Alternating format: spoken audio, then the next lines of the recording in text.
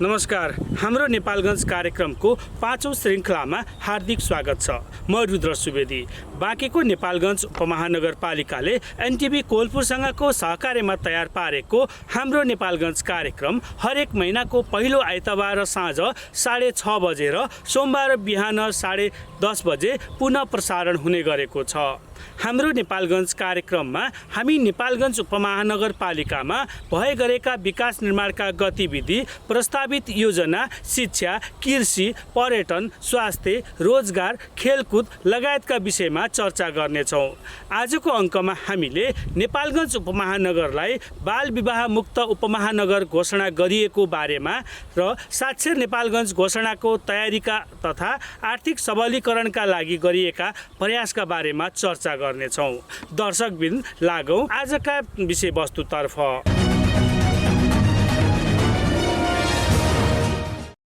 नेपालगञ्जलाई बाल विवाह मुक्त पालिका घोषणा गर्नका लागि नेपालगञ्ज उपमहानगरले हरेक वडा तहमा बालबालिकाहरूको सञ्जाल विस्तार गरेको थियो, जसका कारण नगरलाई बाल विवाह मुक्त पालिका घोषणा गर्नका लागि सहज वातावरण सिर्जना भएको हो। नेपालगञ्ज उपमहानगरका उपप्रमुख उमा थापा मगरले बाल विवाह मुक्त पालिका घोषणा गर्नमा वडा स्तरमा गठन भएका बाल क्लबहरू र स्याक नेपाल मार्फत प्लान इन्टरनेसनल नेपाल लगायतका सामाजिक सङ्घ संस्थाहरूको सहयोग महत्त्वपूर्ण रहेको जानकारी दिनुभयो। तथ्याङ्क सङ्कलन र सचेतनाको सवालमा यस्ता सामाजिक सङ्घ संस्था र बाल क्लब सञ्जालहरूले सराहनीय भूमिका खेलेको समेत बताउँदै उहाँले पालिकाले बाल विवाह न्यूनीकरणका लागि कार्यविधि नै बनाएर अघि बढेको उल्लेख गर्नुभयो। नेपालगञ्ज उपमहानगरपालिकालाई बाल विवाह मुक्त नगर घोषणा गर्न हामीलाई करिब 2 वर्ष लाग्यो।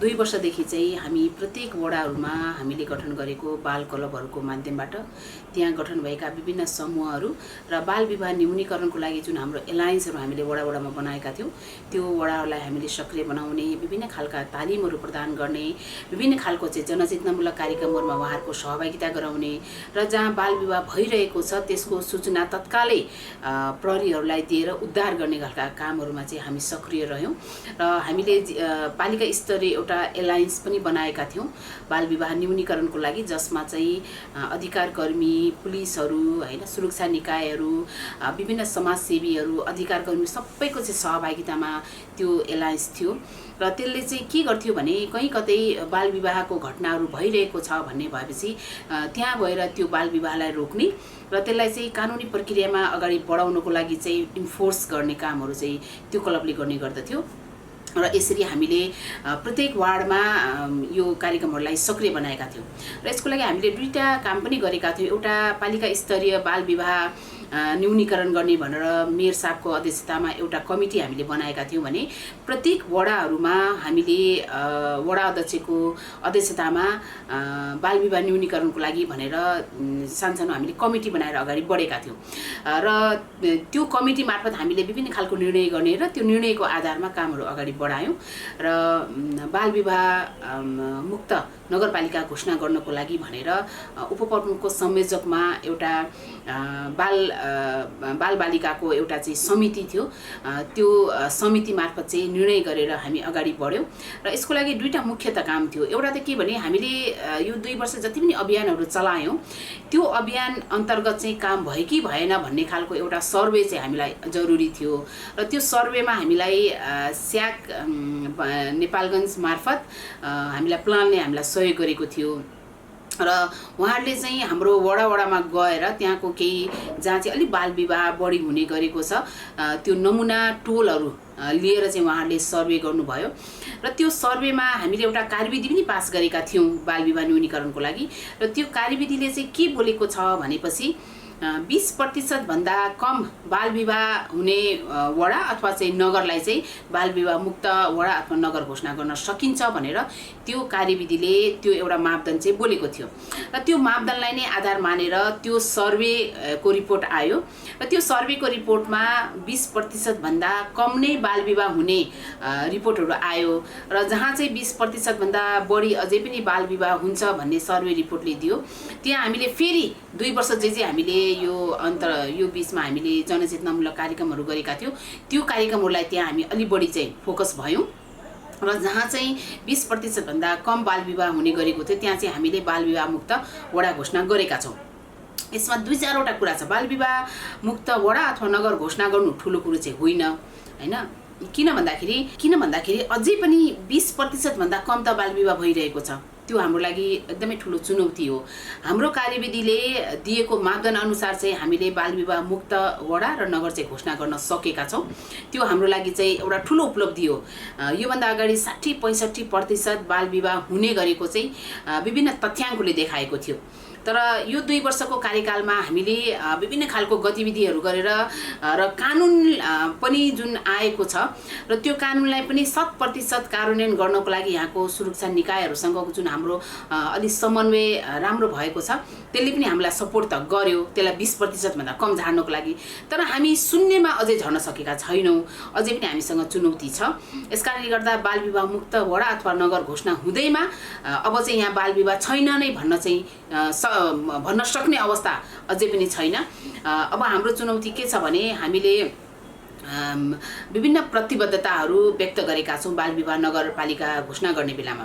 त्यसमा चाहिँ निरन्तर रूपमा बालविवाह न्यूनीकरणका लागि हाम्रो जनचेतनामूलक कार्यक्रमहरू गरिरहने, हाम्रा प्रयासहरू जारी रहने, बालविवाह हुन नदिनको लागि हामी जनप्रतिनिधि, कर्मचारी र नागरिक समाजको चाहिँ अहम भूमिकालाई चाहिँ हामीले जहिले पनि चाहिँ पहिलो प्राथमिकतामा राख्ने लगायतको चाहिँ धेरै हाम्रो चाहिँ घोषणापत्रहरू चाहिँ हाम्रो जारी भएको छ र त्यो घोषणापत्रमा हामीले हस्ताक्षर पनि गरेका छौँ।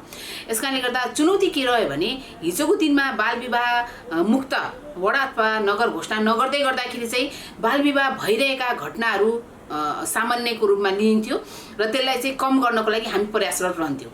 तर अब त घोषणा भइसक्यो। घोषणा भइसकेपछि अब त हुनै नदिनको लागि चाहिँ अब हामी लाग्नु परेको छ। त्यो चुनौती हाम्रो लागि एकदमै ठुलो चुनौती छ र यसलाई सामना गर्नको लागि चाहिँ हामीले निरन्तर रूपमा बालविवाह न्यूनीकरणका प्रयासहरू जारी राख्नुपर्नेछ। घोषणा हुँदैमा अब बालविवाह छैन र बालविवाहको लागि बालविवाह न्यूनीकरणको लागि अब हामीले काम गर्न पर्दैन भनेर चाहिँ अब हामीले छुट्टी पाउने अवस्था चाहिँ छैन, त्यहाँ छुट छैन। यसकारणले गर्दा अब झन् हाम्रो चुनौती अझै धेरै चाहिँ आइपरेको छ घोषणा भइसकेको हुँदा र निरन्तर रूपमा बालविवाह न्यूनीकरणको लागि हामीले प्रयास गरिरहनु पर्दछ र त्यसको लागि हामीले केही उपायहरू अवलम्बन गरेका छौँ। उहाँले उपमहानगरलाई बालविवाह मुक्त घोषणा गरे पनि कार्यविधिभन्दा तल रहेको अर्थात् बाँकी रहेको 20% बालविवाहलाई शून्यमा झार्ने अबको मुख्य चुनौतीको रूपमा देखा पर्ने उल्लेख गर्नुभयो।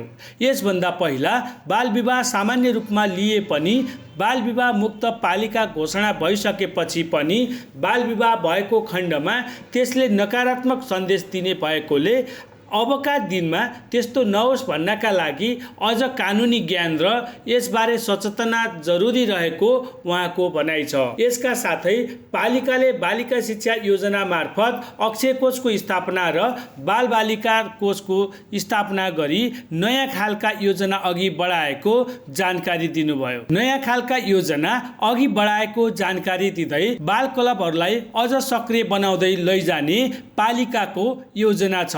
बालिका शिक्षा योजना भनेर एउटा कार्यविधि हामीले बनाएका छौँ। त्यो कार्यविधिले के भन्छ भने 20 वर्षसम्म बिहे नगर्ने र जसको आर्थिक अवस्था कमजोर छ। किन भन्दा बालविवाह हुने परिवार कस्तो देखियो भने जसको चाहिँ आर्थिक अवस्था कमजोर छ, जसले चाहिँ आफ्नो छोरीहरूलाई चाहिँ विद्यालयसम्म पढाउन नियमित रूपमा पढाउन सकिरहेको छैन हैन, र जोसँग चाहिँ बालविवाहले गर्दाखेरि चाहिँ विभिन्न जुन स्वास्थ्यका समस्याहरू छ त्यसको जानकारीको अभाव छ। यो यावत कारणहरूले गर्दा बालविवाह भइरहेको भन्ने खालको हाम्रो तथ्याङ्क पनि आएको छ हैन, हामीलाई त्यो खालको सुझावहरू पनि आएको छ। यसकारणले गर्दा हामीले केही योजनाहरू अगाडि सारेका हौँ र त्यसमा चाहिँ जो विपन्न गरिब परिवार छ र जहाँ चाहिँ बालिकालाई पढाउन सक्ने उहाँहरूको हैसियतले भ्याउँदैन उहाँहरूलाई चाहिँ हामीले आर्थिक सहयोग पनि गर्ने, विभिन्न खालका उहाँहरूलाई शैक्षिक सामग्रीहरू पनि सहयोग गर्ने र उहाँको बालिकालाई उहाँले विद्यालय पठाए बापत र 20 वर्षसम्म उहाँले बिहा गर्दैन भनेर उहाँले प्रतिबद्धता जनाएपछि हामीले एउटा अक्षय कोष भनेर स्थापना गरेका छौँ र त्यो अक्षय कोषबाट चाहिँ हामी त्यो बालिकालाई केही कोषमा पैसा राखिदिन्छौँ ताकि 20 वर्षभन्दा पछाडि उहाँले आफ्नो छोरीको बिहा गर्दा केही आर्थिक टेवा उहाँलाई पुगोस् भनेर हामीले एउटा बालिका शिक्षा कोषको स्थापना गरेर अगाडि बढेका छौँ र हामीले हाम्रो बाल क्लबहरूलाई एकदमै सक्रिय बनाएका छौँ किन भन्दा बालबालिका आफैमा अवेर भयो भने बाल विवाह न्यूनीकरण कम हुँदै जाने हो। बाल विवाह रोक्नको लागि बालबालिकाहरूलाई सचेत बनाउने उहाँहरूलाई यसको बारेमा जानकारी गराउनु पनि एउटा चाहिँ प्रमुख चाहिँ एउटा विषय हो। यस कारणले गर्दा बाल क्लबहरूलाई सक्रिय बनाउने बाल क्लबहरू गठन गर्ने त्यसपछि बालबालिकाहरूको लागि विभिन्न खालका जनचेतनामूलक कार्यक्रमहरू गर्ने भनेर अर्को एउटा कार्यक्रम छ भने अर्को एउटा चाहिँ अभिभावक स्तरमा पनि जनचेतना आवश्यक छ। हामी गरिब मुलुक हो, हामीसँग चाहिँ अझै पनि हाम्रा अभिभावकहरू शिक्षित पूर्ण रूपमा हुनुहुन्न। अशिक्षाको कारणले गर्दाखेरि धेरै कुराहरूलाई यसले असर गर्छ र बाल विवाह पनि त्यसको एउटा चाहिँ कारण हो हैन। यो विषयलाई मध्यनजर गर्दै हामीले अभिभावक शिक्षाको योजनाहरूलाई पनि अगाडि बढाएका छौँ। हामीसँग बालबालिका कोष भनेर फेरि एउटा छुट्टै कोष पनि छ।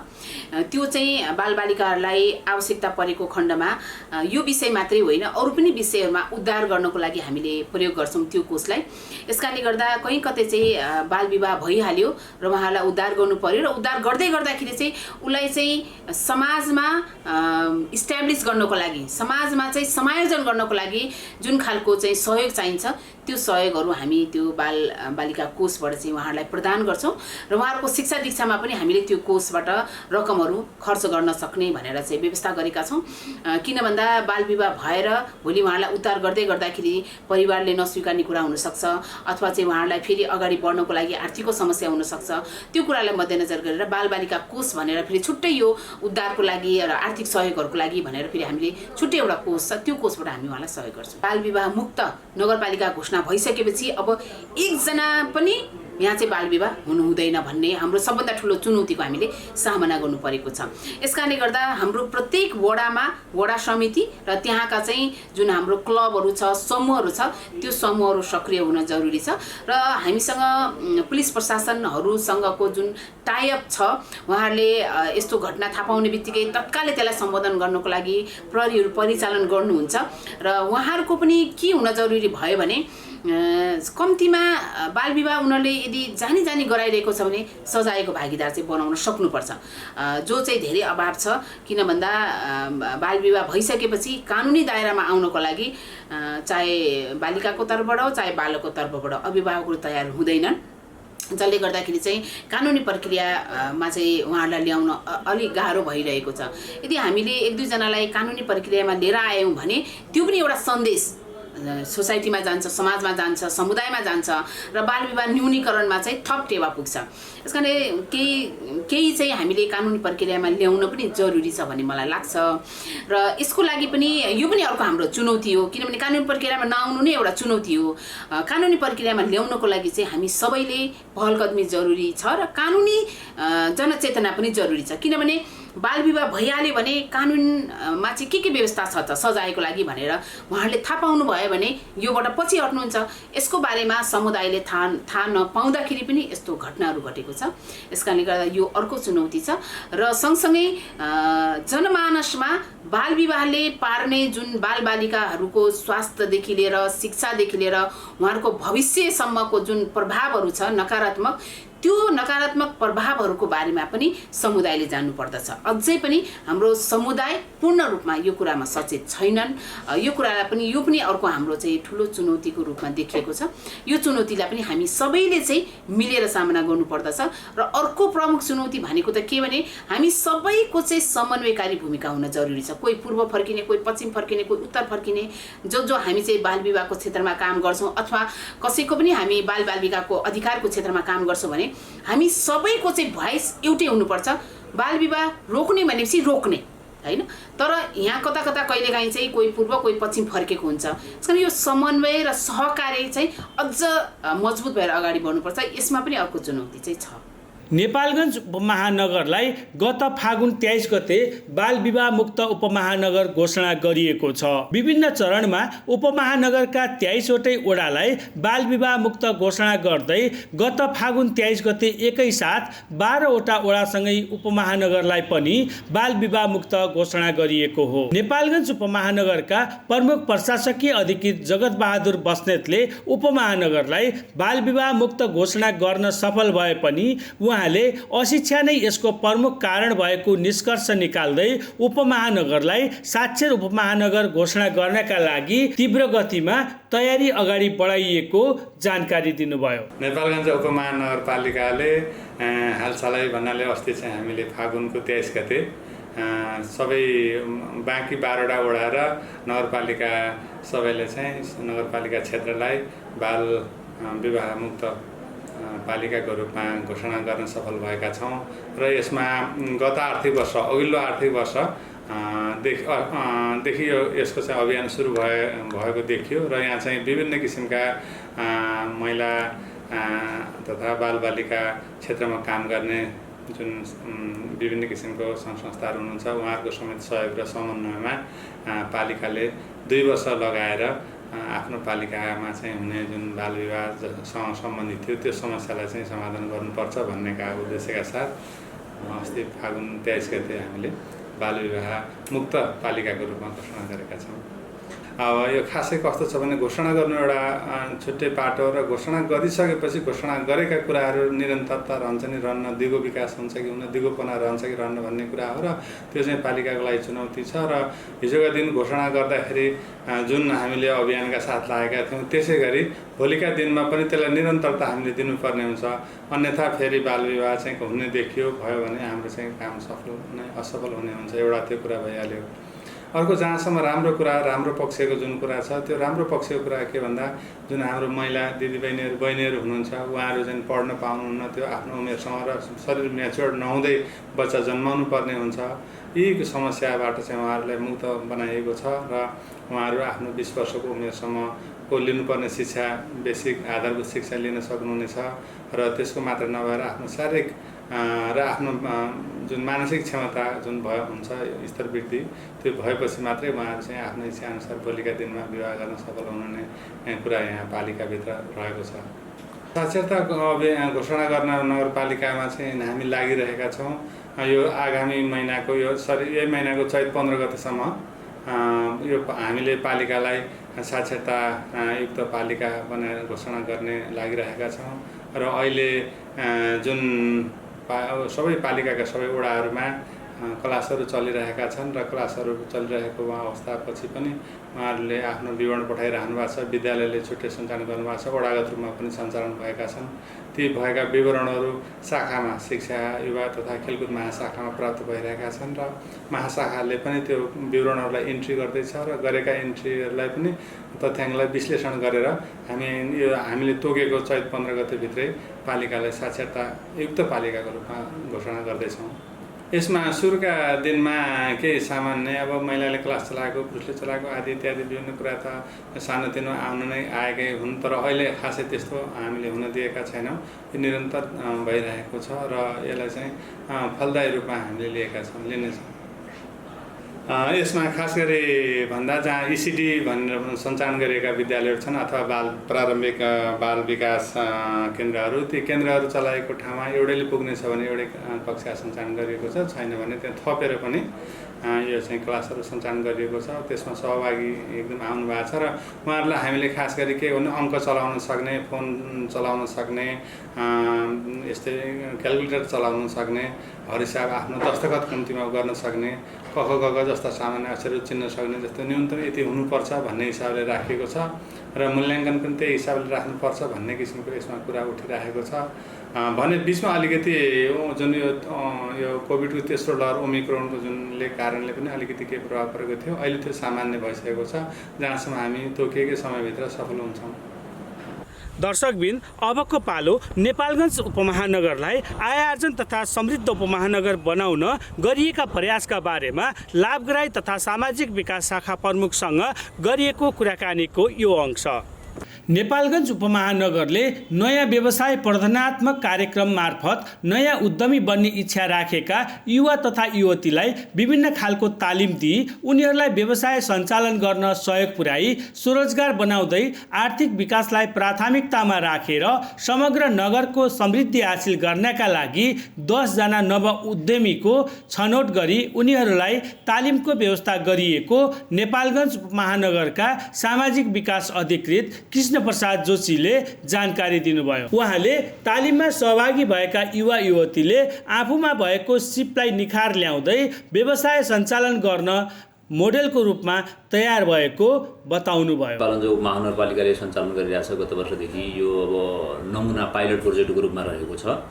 विशेष गरी यसमा आर्थिक विकासलाई विशेष प्राथमिकता दिन खोजिएको छ। आर्थिक विकासमा पनि सकेसम्म आफै उत्पादन गरेर त्यसलाई चाहिँ एउटा चाहिँ परिवारको चाहिँ रोजगार स्वरोजगारको कुरोहरू साथै अहिलेको जुन सूचना र प्रविधिको कुरोहरू छ त्यसलाई आत्मसात गरेर त्यसका आधारमा आर्थिक विकासलाई जोड्नु र नगरपालिकाको समग्र समृद्धि हासिल गर्नका लागि यस कार्यक्रमले टेवा दिने हामीले यो उद्देश्यले यो कार्यक्रम सञ्चालन गरेका छौँ। यसमा विशेष गरी अब यो 1 वर्ष भयो, यसमा 10 जना त्यस्ता व्यक्तित्वहरू हुनुहुन्छ जो चाहिँ यो भित्रै लुकिराख्नु भएको छ। धेरै जसो भनौँ न, त्यो उहाँहरूको प्रतिभा लुकिराखेको छ मैले भन्न खोजेको हो। यसमा विभिन्न किसिमका चाहिँ व्यवसायीहरू हुनुहुन्छ। उहाँहरूले चाहिँ अब काठमाडौँ भयो, विराटनगर भयो, अन्य ठाउँका त्यही क्षेत्रका जो व्यक्तित्व हुनुहुन्छ, सफल व्यवसायीहरू हुनुहुन्छ, उहाँहरूको एउटा गाइडेन्समा उनीहरूले तालिम लिएका छन् र अहिलेको प्रविधिलाई पनि उनीहरूले आत्मसात गर्ने साथै आफूसँग भएको प्रतिभालाई प्रस्फुटन गरेर त्यस क्षेत्रमा थप स्वावलम्बी बनाउने भन्ने उद्देश्य हो। जस्तै यसमा चाहिँ जस्तो वाच सम्बन्धी, घडी सम्बन्धी अब धेरै अब उहाँहरूले आफै चाहिँ एउटा सामान बाहिरबाट ल्याउने र आफैले तयारी गरेर अर्डर अनुसारको चाहिँ घडीको चाहिँ व्यवसाय गर्ने गरी एकजना भाइ हुनुहुन्छ। त्यस्तै गरी माछा पालन छ, त्यसै गरी अब बटैको अन्डा सम्बन्धी छ। यस्ता विभिन्न किसिमका 10 वटा व्यवसायीहरूलाई हामीले सपोर्ट गरेका छौँ र यो डेमो डे पनि हामीले सम्पन्न गरेका छौँ। त्यो डेमो डेमा उहाँहरूले यो 10 महिनामा के गर्नुभयो, उहाँहरूको प्रतिभा, उहाँहरूले लगानी गर्न सक्ने कुरोहरू, फ्युचरको प्लान, त्यो सहितको प्रस्तुति भएको छ। यसले एउटा राम्रो नेपालगञ्जमा यो एउटा राम्रो व्यवसाय बन्न सक्ने एउटा वातावरण सिर्जना भएको जस्तो मैले महसुस गरेँ। अब यसको चाहिँ हाम्रो बजेट चाहिँ हामीले सुरुवात गर्न खोजेको अहिले 10 लाख हो। गत वर्ष हामीले चाहिँ छुट्याएका थियौँ, कोभिडले गर्दा यो चाहिँ समस्या भएर क्रमागत योजनामा राखेर 10 लाखबाट हामीले चाहिँ विशेष गरी यो क्षेत्रमा काम गर्ने एउटा संस्था मार्फत यो गरेका छौँ। यसमा राष्ट्रिय अन्तर्राष्ट्रिय अब अनुभव पनि प्राप्त भएका संस्थालाई हामीले चाहिँ यो जिम्मा दिएका थियौँ। यसको चाहिँ अब मुख्य उद्देश्य भनेको स्वरोजगार र आर्थिक सशक्तिकरणका माध्यमबाट घर परिवारका व्यक्तिहरू पनि यसबाट लाभान्वित हुन सक्ने, साथसाथै नेपालगञ्जको चिनारीलाई पनि देशभरि फैलाउन सक्ने यसको मुख्य उद्देश्य रहेको छ। यसमा घरेलु त्यस्तो उत्पादन त एकातिर छँदैछ भनेपछि व्यक्तिको आफ्नै प्रतिभा फरक खालको छ। आज चाहिँ हाम्रै देशका कयौँ चाहिँ युवा भाइ बहिनीहरू त्यस्तो किसिमको अवसर नपाएर विदेश गइरहेका छन्। त्यसले गर्दा चाहिँ अब यो ब्रेन ड्रेनको खडेरी पनि हाम्रो देशमा भइरहेको छ।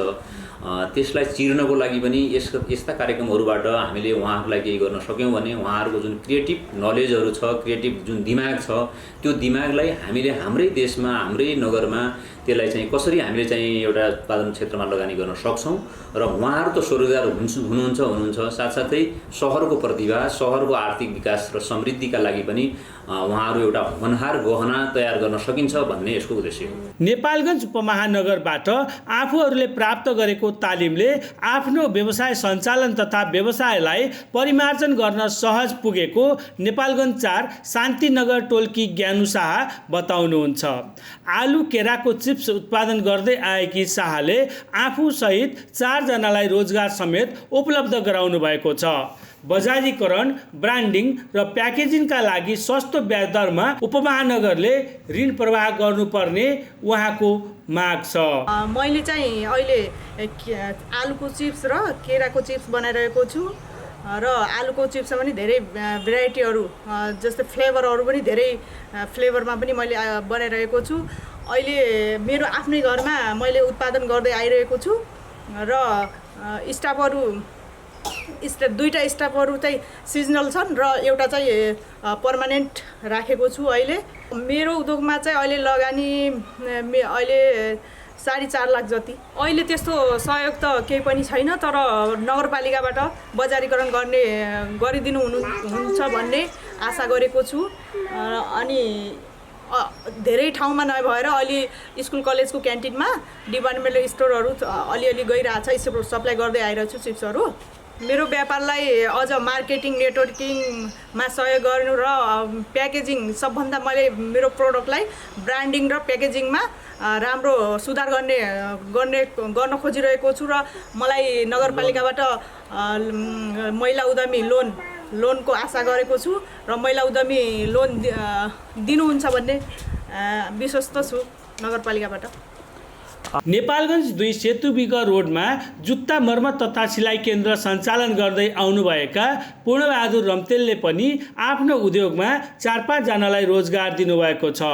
वैदेशिक रोजगारबाट फर्किएका रम्तेलले नेपालगञ्जमै बसेर जुत्ता उद्योग सञ्चालन गरी आफू स्वरोजगार भएर अरूलाई रोजगार दिए पनि बेला बेलामा सिपमा निखार ल्याउने तालिम तथा प्रोत्साहन र लगानीका लागि सस्तो दरको ब्याज सहितको ऋण उपलब्ध गराउन आवश्यक रहेको औल्याउनु भयो। अहिले मसँग 4 जना स्टाफहरू हुनुहुन्छ, उहाँ 4 जनाहरू रोजगारी भनौँ पाइराख्नु भएको छ। अब विगतमा मैले 1 लाख रुपियाँ जति नगरपालिकाबाट सहयोग पाएको थिएँ, अनि यो मेसिन पनि नगरपालिकाबाट पाएको हुन्थ्यो। यो सब त्यहीले गर्दाखेरि अलिकति अगाडि बढ्नलाई मलाई चाहिँ सजिलो भएको छ। र अब आउने दिनहरूमा पनि अब अलिकति केही अनुदान अब अरू यताउता केही भएको भए अझै राम्रोसँग गर्न सकिन्थ्यो। म कहाँ अब स्पेसली छालाको जुत्ताहरू स्कुल कलेजहरूको बढी फोकस त्यसैमा छ भनौँ न। अब स्कुल कलेजहरूको अरू त नर्मली सबै बन्छ भन्न त, तर अब होलसेलहरू बजारमा दिनलाई चाहिँ मैले स्कुल र कलेजको लागि छनौट गरेको छु। नेपालगञ्ज 2 मा सञ्चालनमा रहेको सिम डिजिटल सोलुसनका सञ्चालक अब्दुल आसिफ इराकीले उपमहानगरले उपलब्ध गराएको तालिमले आफूहरूको जीवनमा ठुलो परिवर्तन आएको बताउनुभयो। उहाँले तालिमसँगै उपमहानगरले सहुलियत दरमा ऋण प्रवाह गरिदिए व्यवसायलाई अझ बढाउने योजना रहेको बताउनु भयो। सर एक्चुअली फर्स्टभन्दा म नगरपालिकाले धेरै थ्याङ्क यू भन्न चाहन्छु, किनकि उहाँले गर्दा आज म तपाईँको अगाडि छु। मेरो हुन्छ नि हाम्रो फर्म आउँदैछ, हामी आउँदैछौँ, अनि त्यसपछि एउटा संस्था छ अन्धप्रेरणा भनेर, उहाँको कोलाबोरेसनमा नगरपालिकाले हामीलाई ट्रेनिङ दियो। यो ट्रेनिङभन्दा पहिला हामीले थाहा थिएन बिजनेस कसरी हो। हामी लोकल लेभलमा बिजनेस गर्थ्यौँ, न कोही हिसाब हुन्थ्यो न किताब हुन्थ्यो। त्यो गर्दा हामी धेरै सिपहरू स्किलफुल हामीलाई बनायो। यो अन्धप्रेरणाले गर्दा अन्धप्रेरणा कहाँबाट आयो? नगरपालिकाले आयो। त नगरपालिकाको धेरै राम्रो हाम्रो लागि जुन हामीसँग पैसा थिएन, त्यति म्यान पावर थिएन कि हाम्रो यस्तो स्किलहरू सिकाउने उहाँले हामीलाई दिनुभयो। त्यसको लागि धेरै धेरै धन्यवाद छ नगरपालिकालाई, अन्धप्रेरणा संस्थालाई। नेपालगञ्ज 14 चौलिकामा 22 बिघा क्षेत्रफलमा एकीकृत कृषि फर्म सञ्चालन गर्दै आउनुभएका योगेश सिंह ठकुरीले 9 जनालाई रोजगार दिनुभएको छ। 7 महिनाको तालिम प्राप्त गर्नुभएका उहाँले बाख्रा पालन, मत्स्य पालन, कुखुरा पालन र अन्नबाली खेती गर्दै आउनुभएको छ। ठकुरीले औजारीकरणका लागि कर्जा उपलब्ध गराउन माग समेत गर्नुभयो। अहिले हामीले नगरपालिकाबाट 7 महिने व्यावसायिक तालिम लिइसकेबाट त्यसलाई अझै कसरी अगाडि बढाउन सकिन्छ भन्ने सिकेर अहिले त्यसलाई अगाडि बढाउँदैछौँ। र अहिलेसम्म मैले करिब 9 जनालाई मेरो फर्ममा रोजगार दिएको छु, जुनमा प्रत्यक्ष रूपमा 9 जना छन् भने अप्रत्यक्ष रूपमा 20 जनाभन्दा धेरैलाई रोजगार दिइरहेको छु। भने चाहिँ अहिले उपमहानगरपालिकाबाट पाएको कार्यक्रमले जस्तो राम्रो प्रभाव पारेर अहिले व्यवसायलाई कसरी अगाडि बढाउन सकिन्छ भन्ने कुरा चाहिँ हामीले राम्रो सिकेको छौँ।